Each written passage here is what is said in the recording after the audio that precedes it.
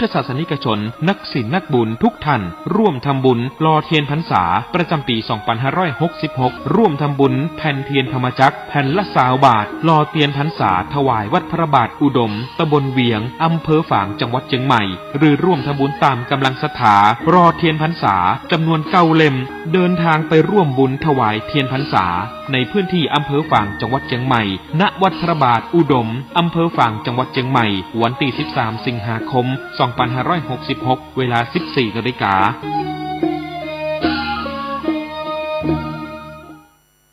ข่าวสารประการประชาสัมพันธ์ประกาศเชิญชวนร่วมพิธีแสดงมุทิตาจิตฉลองปริญญาบัตรพุทธศาสตร์ดุษฎีบัณฑิตสาขาวิชาพระพุทธศาสนารุ่นที่ 18/10 กับพระครูประหลัดกิติพงศ์กิติโสพโนด็อกเตอร์เลขานุการเจ้าคณะตำบลสันทรายน้อยถึงตำบลสันพเนตรผู้ช่วยเจ้าอาวาสวัดสันขยอมตำบลสันทรายน้อยอำเภอสันทรายจังหวัดเชียงใหม่จัดงานมุทิตาวันเสาร์ที่ 19 และวันอาทิตย์ที่ 20 สิงหาคม 2566 ก็เชิญชวนศรัทธาสาธุชนศิษยานุศิษย์ร่วมมุทิตาจิตร่วมเป็นเจ้าภาพสังฆทานเป็นเจ้าภาพโรงทานก็ติดต่อสอบถามรายละเอียดเพื่อร่วมทำบุญได้ที่ 0962629694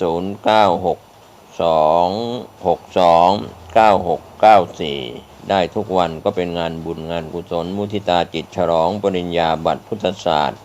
ดุษฎีบัณฑิตสาขาวิชาพระพุทธศาสนารุ่นที่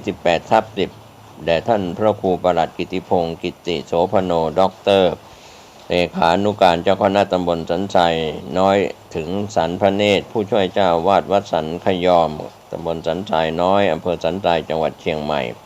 เชิญท่านร่วมงานนี้ทั้ง2 วันวันเสาร์ที่ 19 และวันอาทิตย์ที่ 20 สิงหาคม 2566 โดยทั่วหน้ากัน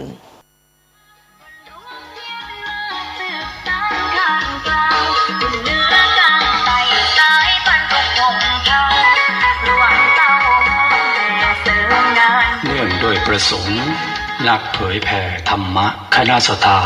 กลุ่มคลื่นสีขาวร่วมกันส่งเสริมพระพุทธศาสนาถวายเทียนพรรษา9 วัดในเขตอำเภอฝางจังหวัดเชียงใหม่วันที่ 13 สิงหาคม 2566 9 วัดมีดังนี้ 1. วัดพระบาทอุดม 2. วัดเสาหิน 3. วัดเทพอำนวย 4. วัดสุวรรณรามม่อนปิ่น 5. วัดปัณณรามต้นหนุน 6. วัดศรีมงคล 7. วัดชัยเกษม 8. วัดศรีมหาโพธิ์ 9. วัดปางปอยผู้ที่ร่วมเดินทางจุดที่ 1 รวมตัวปั๊มน้ำมันปตท.อำเภอแม่ริมจังหวัดเชียงใหม่เวลา 5:30 นาทีจุดที่ 2 รวมตัวทุกคณะปากทางปางกว้างหน้าค่ายตำรวจตระเวนชายแดนสมเด็จพระนเรศวรมหาราชอำเภอแม่แตงจังหวัดเชียงใหม่เวลา 6:30 นาทีแล้วเดินทางถวายเทียนพรรษาณวัดโสภณารามบ้านห้วยงูในอำเภอฝางจังหวัดเชียงใหม่เวลา 10:30 นาทีแล้วเดินทางถวายเทียนพรรษาอีก9 วัดในเขตอำเภอฝางจังหวัดเชียงใหม่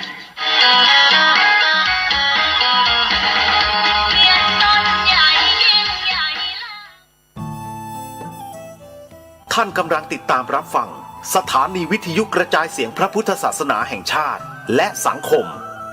คลื่นเพื่อการศึกษาพระพุทธศาสนาและวัฒนธรรม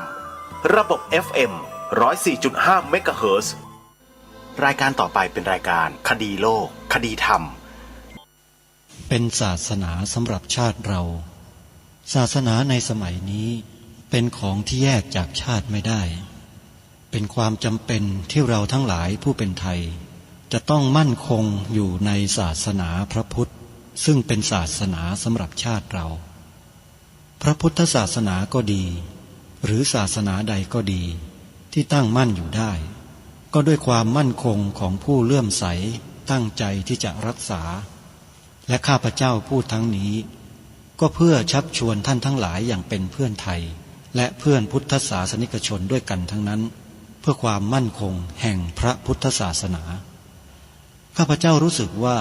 ได้ทำหน้าที่สมควรแก่อุปถัมภ์พระพุทธศาสนา เราจะตั้งใจรักษาศาสนาของเราด้วยชีวิตและถ้าท่านตั้งใจจะช่วยข้าพเจ้าในกิจอันใหญ่นี้แล้วก็จะเป็นที่พอใจข้าพเจ้าเป็นอันมากเพราะฉะนั้นเป็นหน้าที่ของเราทั้งหลายที่จะช่วยกันบำรุงรักษาพระพุทธศาสนาอย่าให้เสื่อมสูญไปการที่จะบำรุงพระพุทธศาสนาเราต้องรู้สึกก่อนว่าหลักของพระพุทธศาสนาคืออะไรเราจะถือว่าเราเป็นไทยด้วยกันหมดเราจะต้องรักษาความเป็นไทยของเราให้ยั่งยืนเราจะต้องรักษาพระพุทธศาสนาให้ถาวรวัฒนาการอย่างที่เป็นมาแล้วหลายชั่วโคตรของเราทั้งหลายพระบรมราโชวาทของพระบาทสมเด็จพระมงกุฎเกล้าเจ้าอยู่หัวรัชกาลที่ 6พระบรมราโชวาทก็ดีพระราชนิพนธ์ก็ดี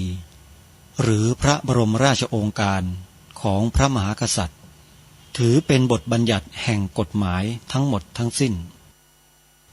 การบัญญัติให้พระพุทธศาสนาเป็นศาสนาประจำชาติไทยไว้ในรัฐธรรมนูญจึงเป็นสิ่งที่ถูกต้องทั้งกฎหมายและทางโบราณราชประเพณี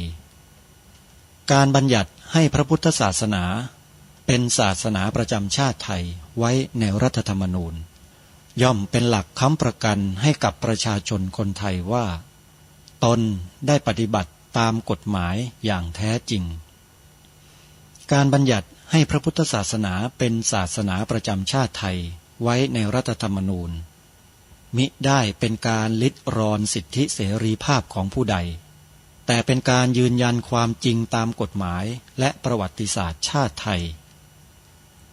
การบัญญัติให้พระพุทธศาสนาเป็นศาสนาประจำชาติไทยไว้ในรัฐธรรมนูญจะทำให้พระพุทธศาสนาได้รับการอุปถัมภ์และคุ้มครองจากรัฐดุจเดียวกันกับที่องค์พระมหากษัตริย์ทรงกระทำมา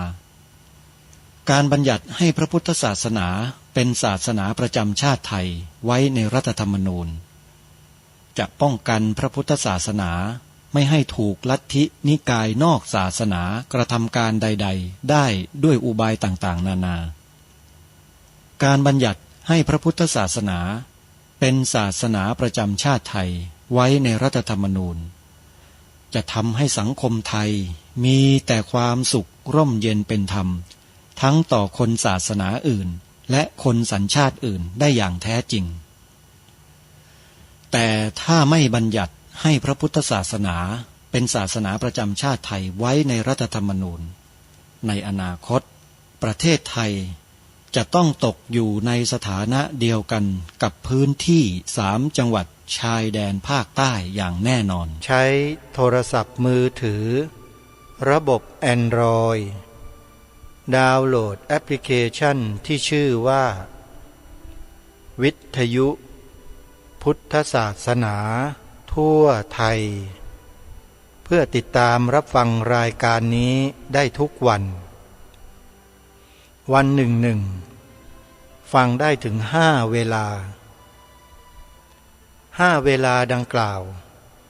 สถานีวิทยุคลื่นต่างๆนำรายการคดีโลกคดีธรรม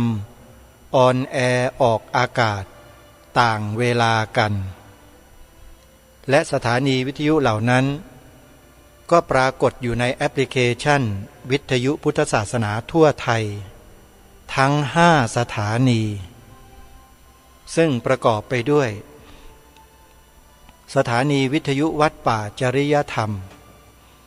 อยู่ในลำดับที่1ออกอากาศรายการคดีโลกคดีธรรมในเวลา 10 นาฬิกาทุกวันไม่เคยขาดยกเว้นทางวัด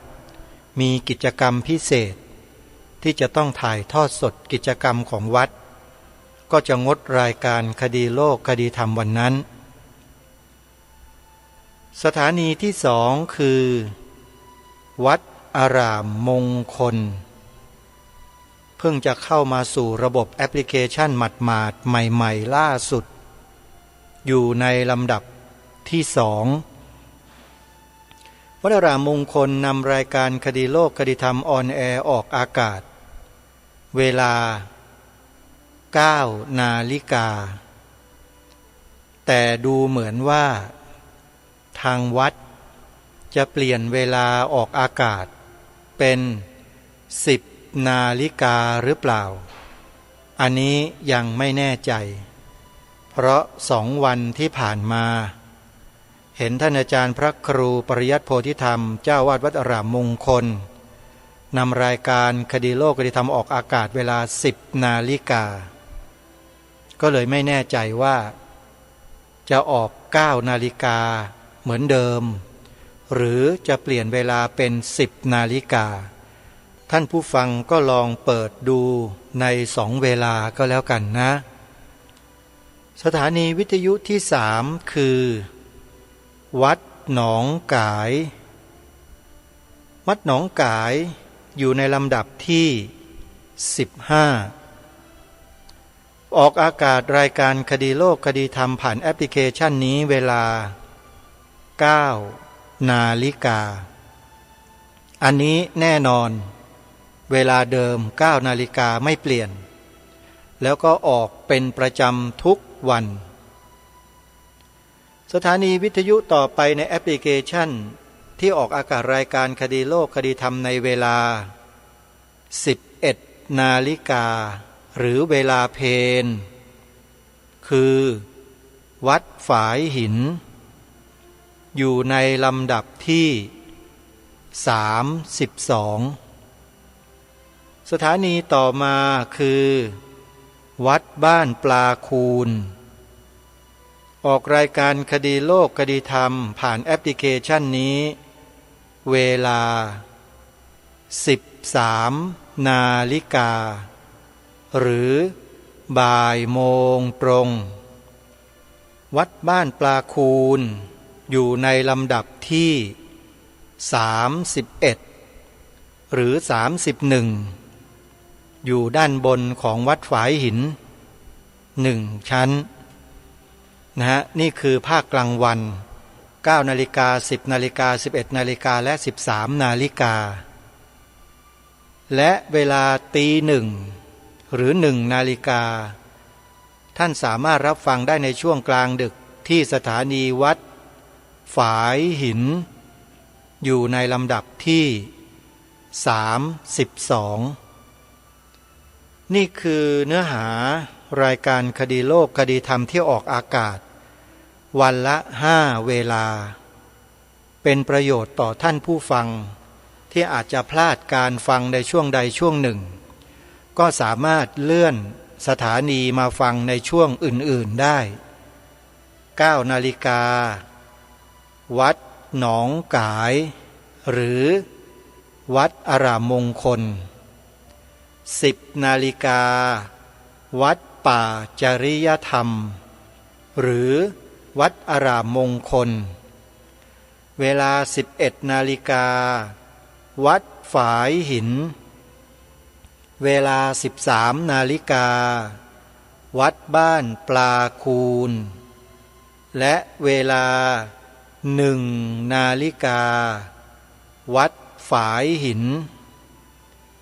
นอกจากนี้ยังมีสถานีวิทยุภาคปกติออกอากาศรายการคดีโลกคดีธรรมอยู่ที่อำเภอสามชุกจังหวัดสุพรรณบุรี2 เวลาคือเวลา9 นาฬิกากับเวลา20 นาฬิกาสถานีวิทยุนั้นก็คือสถานีวิทยุ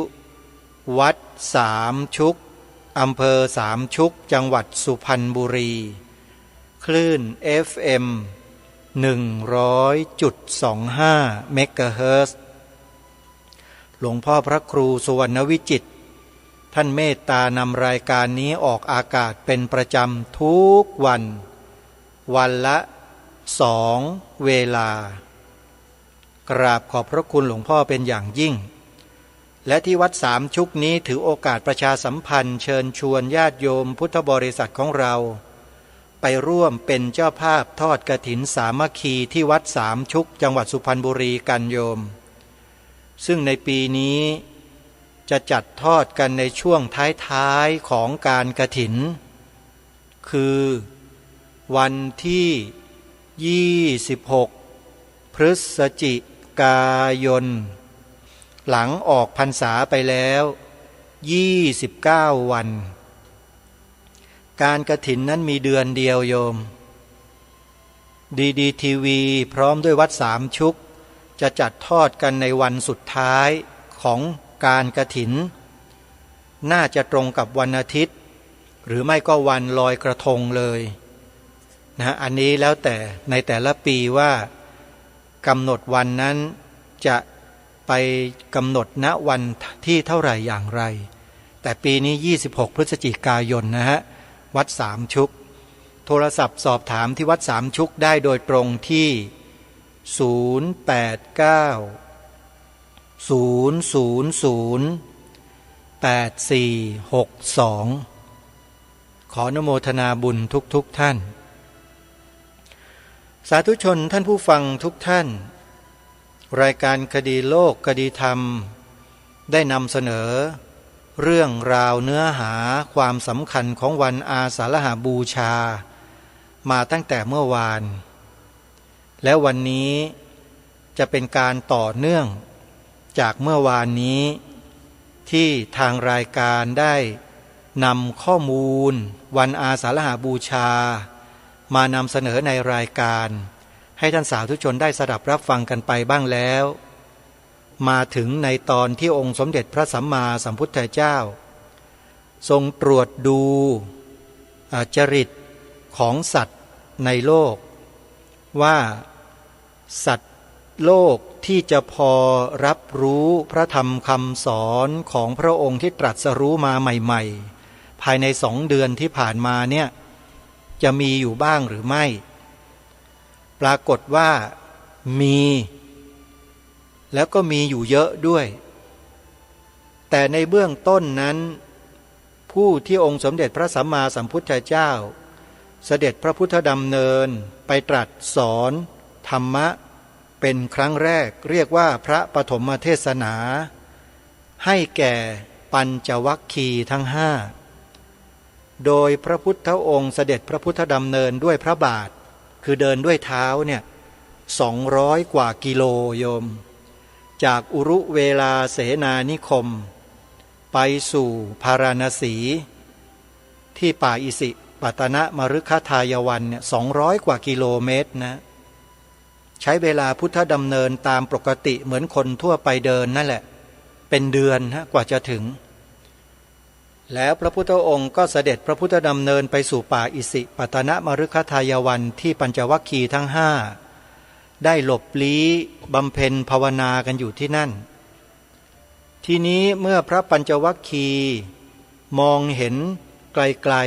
ๆก็ระลึกนึกขึ้นได้ว่าเป็นสมณโคดมที่ตนเองเคยอุปัฏวัฏฐากเคยช่วยเหลือดูแลเพราะหวังว่าท่านจะได้บรรลุอมตะธรรมชั้นสูงสำเร็จเป็นพระสัมมาสัมพุทธเจ้าในครั้งที่ทรงบำเพ็ญทุกขกิริยาอยู่ปรากฏว่าปัญจวัคคีย์ก็ถอดใจหนีออกมาจากพระองค์ท่านเพราะเพียงแค่เห็นพระองค์กลับมาเสวยพระกยาหารแล้วก็มีความเข้าใจผิดคิดว่าพระองค์ทรงละความเพียรแล้วคงจะไม่มีวันที่จะบรรลุอมตะธรรมสูงสุดได้แล้วแหละพวกเราปัญจวัคคีย์ทั้ง5ก็เลยตกลงกันหนีออกจากพระองค์มาแล้วก็เข้าสู่ป่าอิสิปตนมฤคทายวันที่แขวงกรุงพาราณสีเพื่อที่จะมาบำเพ็ญตนโดยเฉพาะก็เลยทำให้องค์สมเด็จพระสัมมาสัมพุทธเจ้าขณะที่ทรงบำเพ็ญทุกขกิริยาจบสิ้นลงใหม่ๆนั้นได้โอกาสที่จะบำเพ็ญภาวนาทางจิตอย่างเต็มที่ในคืนวันเพ็ญวิสาขะ2 เดือนก่อนที่จะถึงวันที่เสด็จมาโปรดปัญจวัคคีย์ทั้ง5แล้วพระองค์ก็ทรงได้บรรลุพระสัมมาสัมโพธิญาณสำเร็จเป็นพระอรหันตสัมมาสัมพุทธเจ้าและเมื่อพระองค์มีพระพุทธดำริหลังจากเสวยวิมุตติสุขครบ7 สัปดาห์แล้ว ก็มีพระดำริในพระหทัยว่าจะไม่โปรดสัตว์ทั้งหลายในโลกเพราะธรรมที่พระองค์ตรัสรู้นั้นมันสวนทางกับความรู้สึกของมนุษย์ในโลกซึ่งจะทำให้ยากแก่การที่จะทำให้มนุษย์ในโลกเข้าใจได้ก็เลยมีพระพุทธดำริจะไม่แสดงธรรมจากนั้นมาก็มีเทวดาท่านหนึ่งนะก็มาอาราธนาพระพุทธองค์นะบอกว่ามีสัตว์ในโลกเนี้ยพอที่จะศึกษาฟังธรรมจากพระพุทธองค์แล้วรู้ธรรมที่พระองค์ตรัสรู้ได้ขอให้พระองค์นั้นได้ตรัสแสดงธรรมแก่สัตว์โลกเถิดก็เลยทำให้พระพุทธองค์ได้ทรงพิจารณาดูเหล่าสัตว์ทั้งหลายทั้งปวงในสังสารวัฏแล้วก็ทรงเห็นด้วยข่ายพระญาณว่ามีมนุษย์อยู่จำนวนมากที่พอจะรับรู้และตรัสรู้ธรรม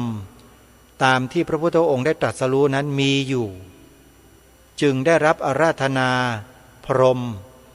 ที่มาอาราธนาพระองค์ให้แสดงธรรมนั้นจะแสดงธรรมแก่สัตว์โลกแล้วก็ทรงแผ่ข่ายพระญาณไปตรวจดูซิว่าใครจะเป็นผู้ฟังธรรมพระพุทธองค์ได้ตอนแรกก็ระลึกถึงอาจารย์ทั้งสองที่เคยสอนฌานสมาธิชั้นสูงสุดในโลก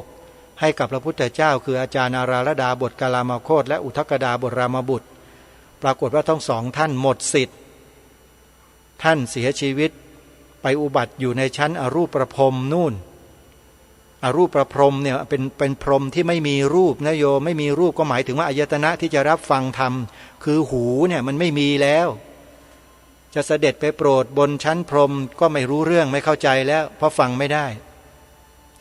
ก็ตรวจดูอีกว่าจะมีใครหนอพระองค์ก็ทรงเห็นพระปัญจวัคคีย์ทั้งห้านั่นแหละที่จะรับพระธรรมของพระองค์ได้ก็เสด็จพระพุทธดำเนินจากอุรุเวลาเสนานิคมไปสู่ป่าอิสิปตนะมฤคทายวัน200 กว่ากิโลเมตรใช้เวลา2 เดือนโดยประมาณ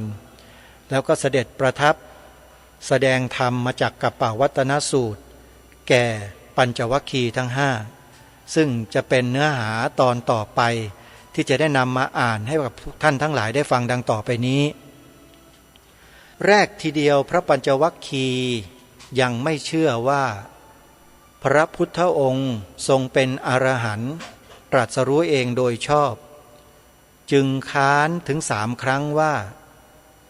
แม้ด้วยจริยานั้นแม้ด้วยปฏิปทานั้นแม้ด้วยทุกขกิริยานั้นพระองค์ก็ยังไม่ได้บรรลุอุตริมนุสธรรมอันเป็นความรู้ความเห็นพิเศษอย่างประเสริฐอย่างสามารถก็บัดนี้พระองค์เป็นผู้มักมากคลายความเพียรเวียนมาเพื่อความเป็นคนมักมากฉะไหนจากบรรลุอุตริมนุสธรรมอันเป็นความรู้ความเห็นพิเศษอย่างประเสริฐอย่างสามารถได้เล่าพระพุทธองค์ตรัสว่าพวกเธอยังจำได้หรือว่าเราได้เคยพูดถ้อยคำเช่นนี้มาก่อนและพระพุทธองค์ตรัสว่าดูก่อนภิกษุทั้งหลายตถาคตเป็นพระอรหันต์ตรัสรู้เองโดยชอบท่านทั้งหลายจงเงี่ยโสดลงเถิดเราจะสั่งสอนอมตะธรรมที่เราบรรลุแล้วเราจะแสดงธรรมเมื่อท่านทั้งหลายปฏิบัติตามที่เราสั่งสอนอยู่ไม่ช้าเท่าไรก็จะทำให้แจ้งซึ่งที่สุดพรหมจรรย์อันไม่มีธรรมอื่นยิ่งไปกว่าที่กุลบุตรทั้งหลายออกจากเรือนบวชเป็นบรรพชิตโดยชอบต้องการด้วยปัญญาอันยิ่งเองในปัจจุบันแล้วเข้าถึงอยู่ด้วยพระดำรัสดังกล่าวพระปัญจวัคคีย์จึงได้ยอมเชื่อฟังพระพุทธองค์เงี่ยโสดสดับตั้งจิตเพื่อรู้ยิ่งเมื่อปัญจวัคคีย์ตั้งใจเพื่อสดับพระธรรมของพระองค์แล้วพระพุทธองค์ จึงทรงพาเหล่าปัญจวัคคีย์ไปสู่ป่าอิสิปตนมฤคทายวันอันร่มรื่นแล้วทรงแสดงธรรมจักรกปวัตตนสูตรซึ่งเรียกว่าปฐมเทศนาเป็นการยังธรรมจักรคือการเผยแผ่พระธรรมให้เป็นไปเป็นครั้งแรกในโลกพระพุทธองค์ทรงกล่าวสรุปถึงเนื้อหาของการแสดงพระปฐมเทศนาไว้ในสัจจวิพังคสูตรมัชฌิมานิกายอุปริปันธาสว่าภิกษุทั้งหลายตถาคตผู้อรหันตสัมมาสัมพุทธเจ้าได้ประกาศอนุตตรธรรมจักรให้เป็นไปแล้วที่ป่าอิสิปตนมฤคทายวันใกล้นครพาราณสีเป็นพระธรรมจักรที่สมณพราหมณ์เทพมารพรหมหรือใครๆในโลกจะต้านทานให้หมุนกลับไม่ได้ข้อนี้ก็คือการบอกการแสดงการบัญญัติการแต่งตั้งการเปิดเผย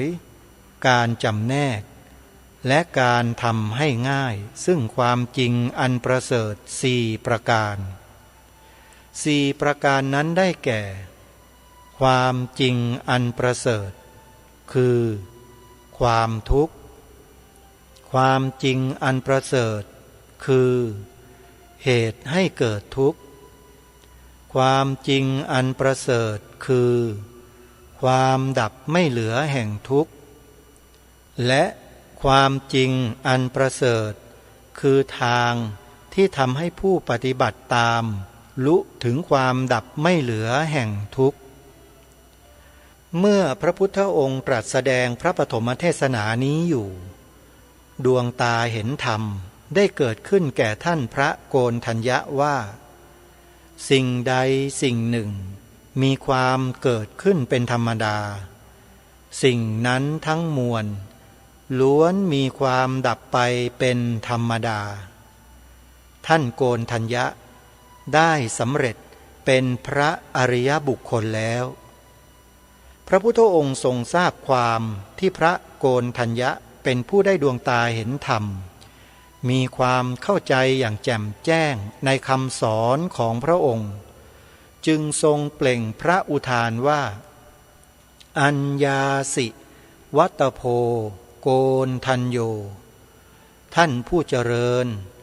ท่านโกณฑัญญะรู้แล้วหนอเพราะเหตุนั้นคำว่าอัญญานี้จึงได้เป็นคำนำหน้าชื่อของท่านพระโกณฑัญญะเมื่อท่านพระโกณฑัญญะได้บรรลุโสดาบันแล้วจึงได้กราบทูลขอบรรพชาอุปสมบทพระพุทธองค์จึงทรงประทานเอหิภิกขุอุปสัมปทาว่าเธอจงเป็นภิกษุมาเถิดธรรมอันเรากล่าวดีแล้วเธอจงประพฤติพรหมจรรย์เพื่อทำที่สุดทุกข์โดยชอบเถิด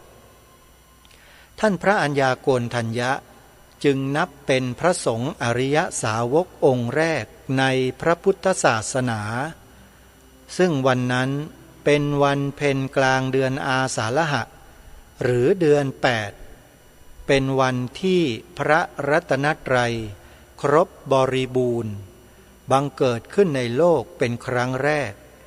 คือมีพระพุทธพระธรรมพระสงฆ์ครบบริบูรณ์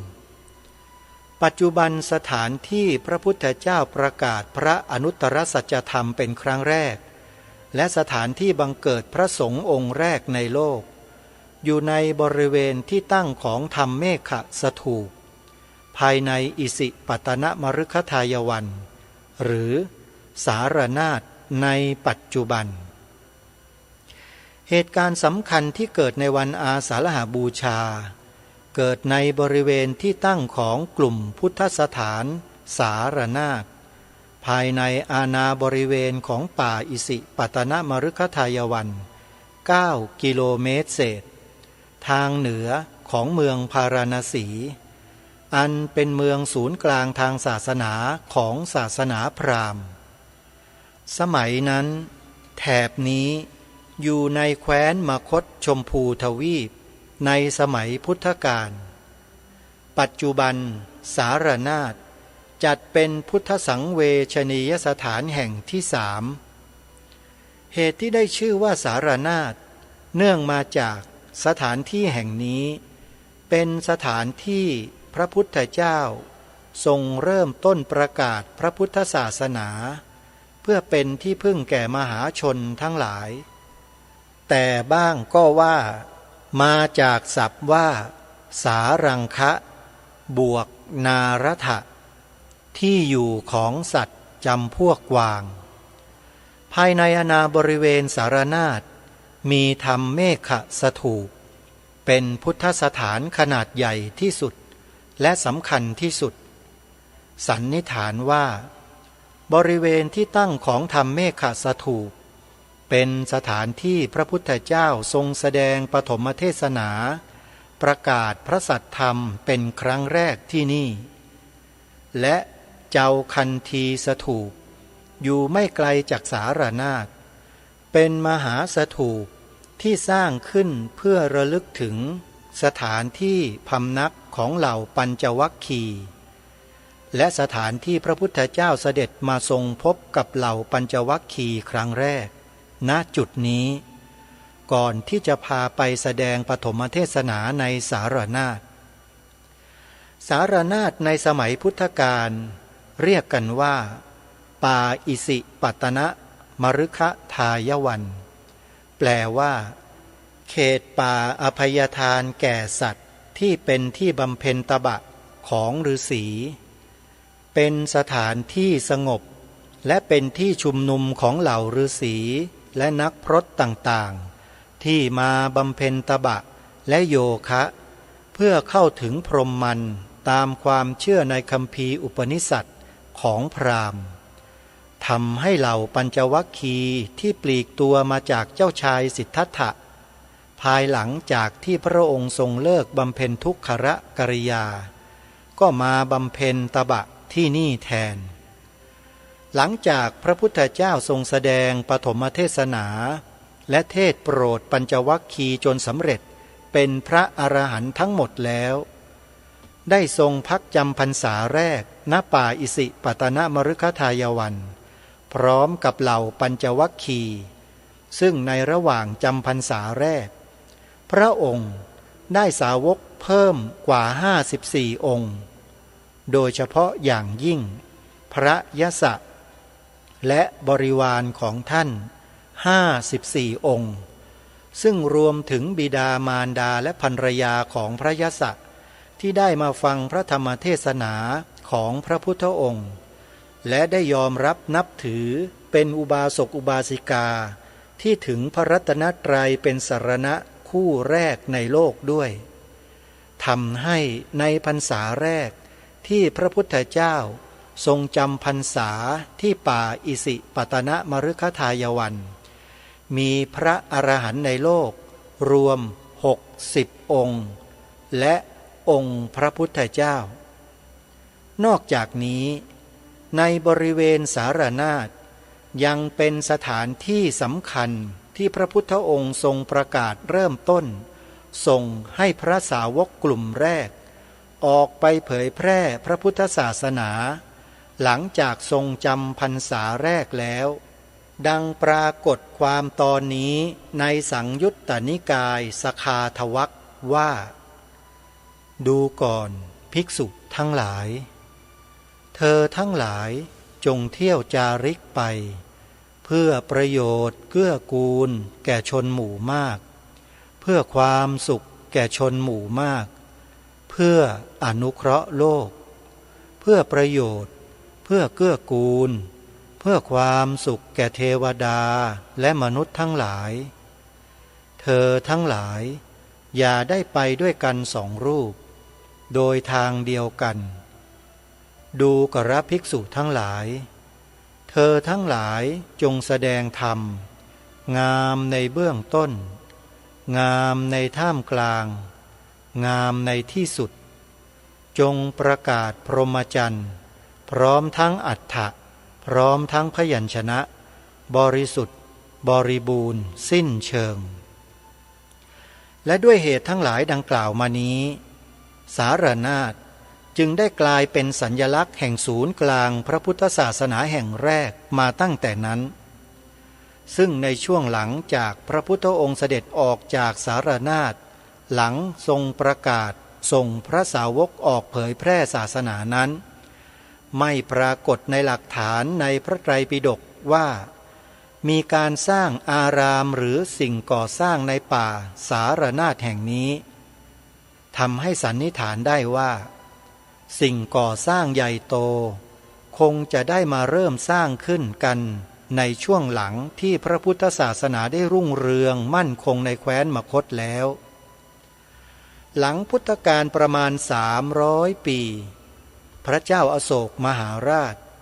ได้เสด็จมาที่สารนาถในปีพระพุทธศักราช295ครั้งนั้นพระองค์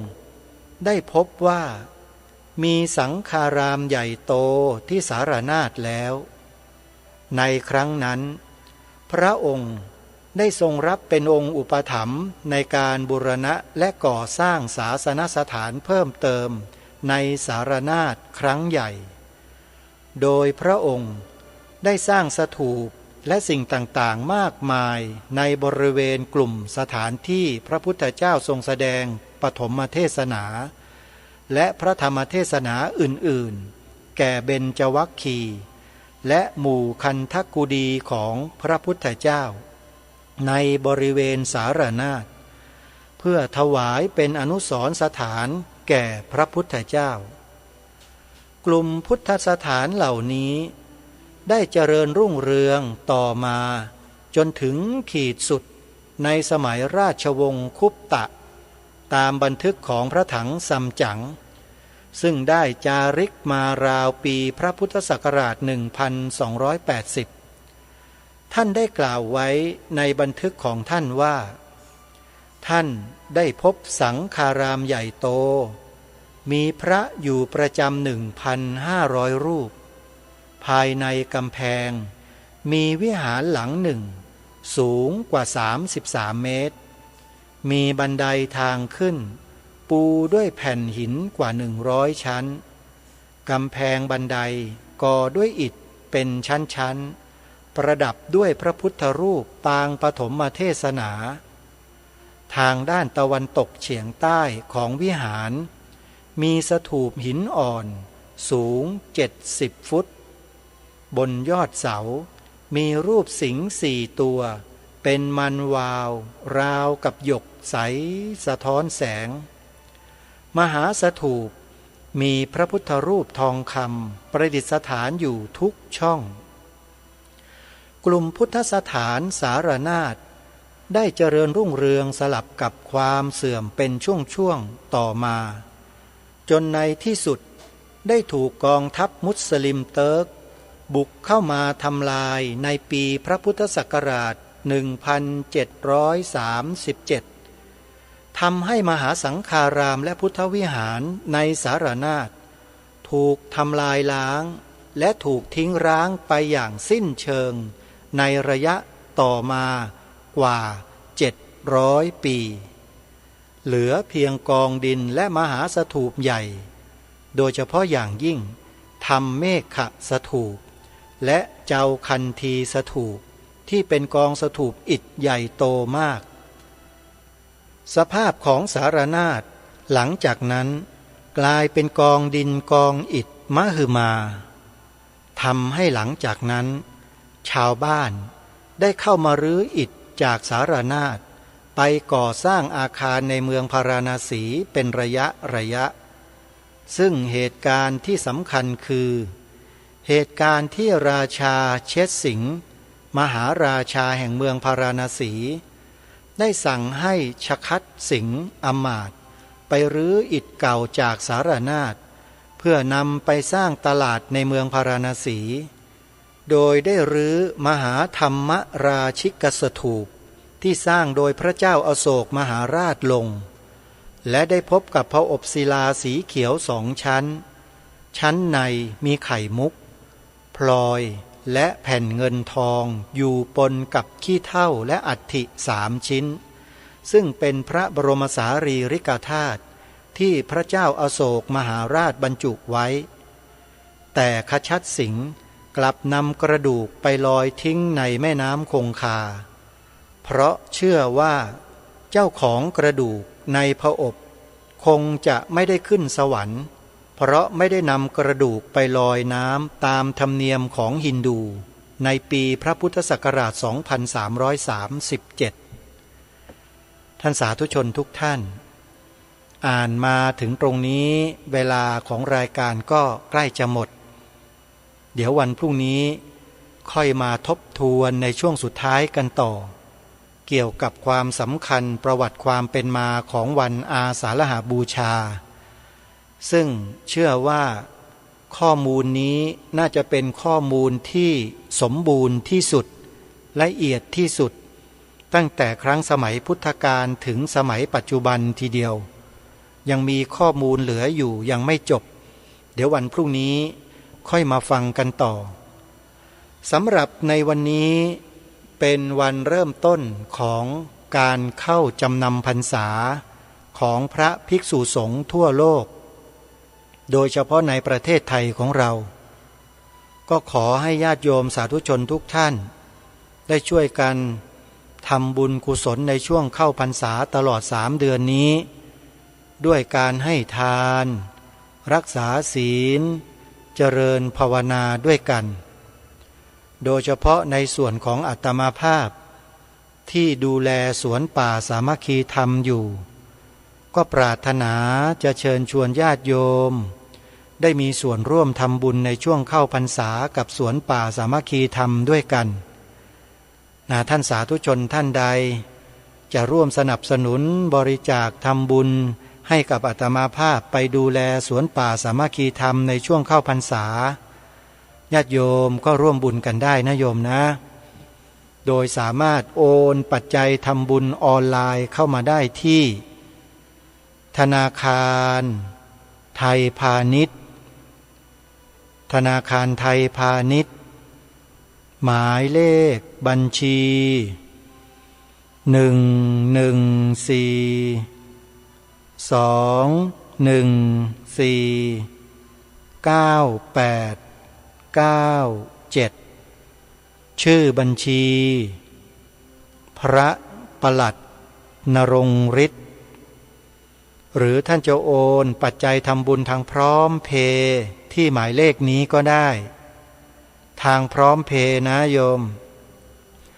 094-662-6935ขออนุโมทนาบุญสาธุชนทุกท่านวันนี้เวลาของรายการหมดลงแล้วอาตมาภาพต้องขอสมมุติยุติรายการไว้แต่เพียงเท่านี้พบกับรายการได้ใหม่ในวันต่อไป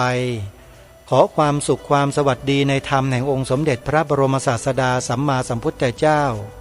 จงปรากฏเกิดมีขึ้นในจิตใจของท่านสาธุชนทุกท่านทุกคนเทินขอเจริญพรกล้าคิดก็ต้องกล้าทำอย่ากลัวถ้าทำความดีเป็นศึกษาปัญหาให้ทันท่วงทีเมืองไทยจะพัฒนากว่านี้รายการดีๆคดีโลกคดีธรรม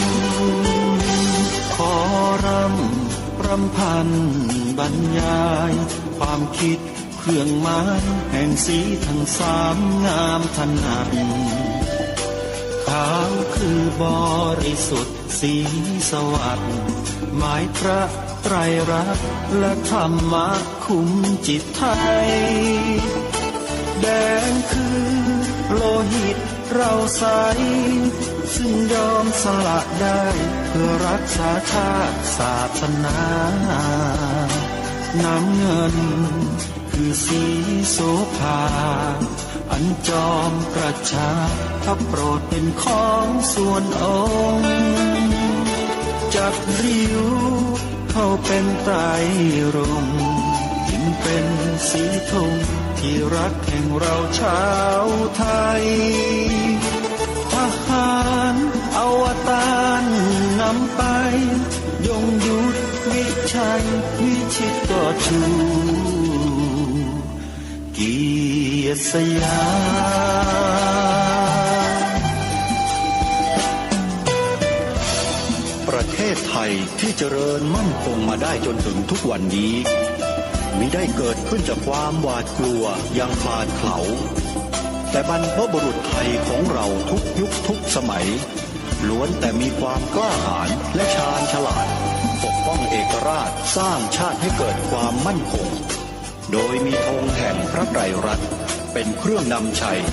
จึงเป็นที่มาที่ไปของรายการคดีโลกคดีธรรมกล้าคิดก็ต้องกล้าทำอย่ากลัวถ้าทำความดีเร่งศึกษาปัญหาให้ทันท่วงทีเมืองไทยจะพัฒนากว่านี้รายการดีๆคดีโลกคดีธรรมรายการดีๆคดีโลกคดีธรรม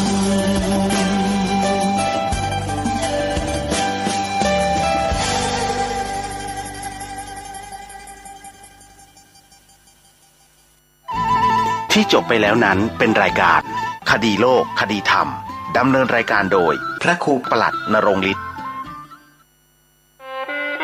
คณะสงฆ์ครูบาอาจารย์พระนักจัดรายการสถานีวิทยุพระนักเผยแพร่เจ้าหน้าที่ผู้จัดรายการเครือข่ายสถานีวิทยุคลื่นสีขาวเพื่อชาวประชาขอเชิญพุทธศาสนิกชนนักศีลนักบุญทุกท่านร่วมทำบุญหล่อเทียนพรรษาประจำปี 2566 ร่วมทำบุญแผ่นเทียนธรรมจักรแผ่นละ20 บาทหล่อเทียนพรรษาถวายวัดพระบาทอุดมตำบลเวียงอำเภอฝางจังหวัดเชียงใหม่หรือร่วมทำบุญตามกำลังศรัทธารอเทียนพรรษาจำนวน9 เล่มเดินทางไปร่วมบุญถวายเทียนพรรษาในพื้นที่อำเภอฝางจังหวัดเชียงใหม่ณวัดพระบาทอุดมอำเภอฝางจังหวัดเชียงใหม่วันที่13 สิงหาคม 2566 เวลา 14 นาฬิกา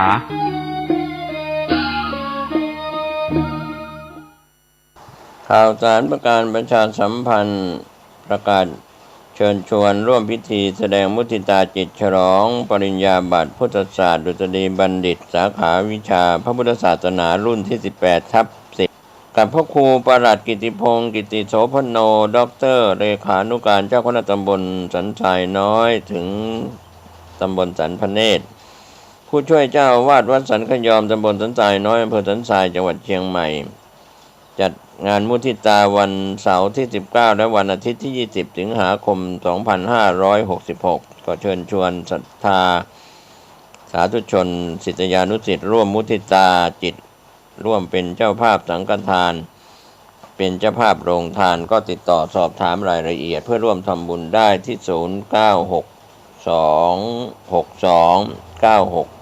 0962629694ได้ทุกวันก็เป็นงานบุญงานกุศลมุทิตาจิตฉลองปริญญาบัตรพุทธศาสตร์ดุษฎีบัณฑิตสาขาวิชาพระพุทธศาสนารุ่นที่ 18/10